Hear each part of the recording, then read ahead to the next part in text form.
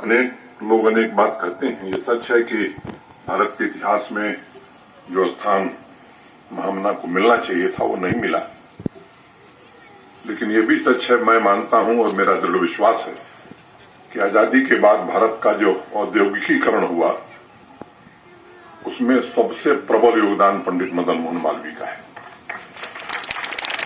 मैं विषय से थोड़ा विषयांतर हो गया था।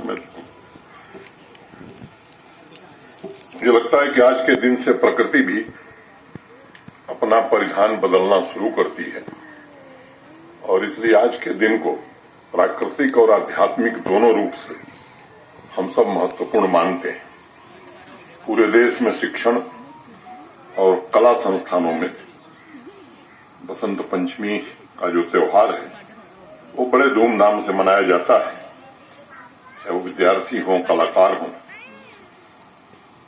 ज्ञान के इस महत्वपूर्ण अवसर या मैं कहूं कि महापर्व की तरह इसको पूरे देश में हमारे लिया जाता है। पतंजलि कहते हैं कि ज्ञान दीप्तिरा विवेक ख्याते। आज का दिन यह बोध दिलाता है कि जिसे हम बाहर ढूंढ रहे हैं वो हमारे अंतस में है।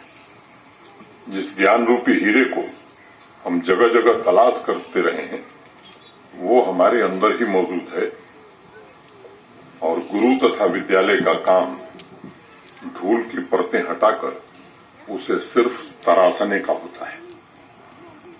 और भगवद गीता के अध्याय 13 में भगवान श्री कृष्ण ने कहा है कि तत्व का अर्थ समझना और ईश्वर का साक्षात्कार ही ज्ञान है और यह साक्षात्कार बिना गुरु के संभव नहीं है।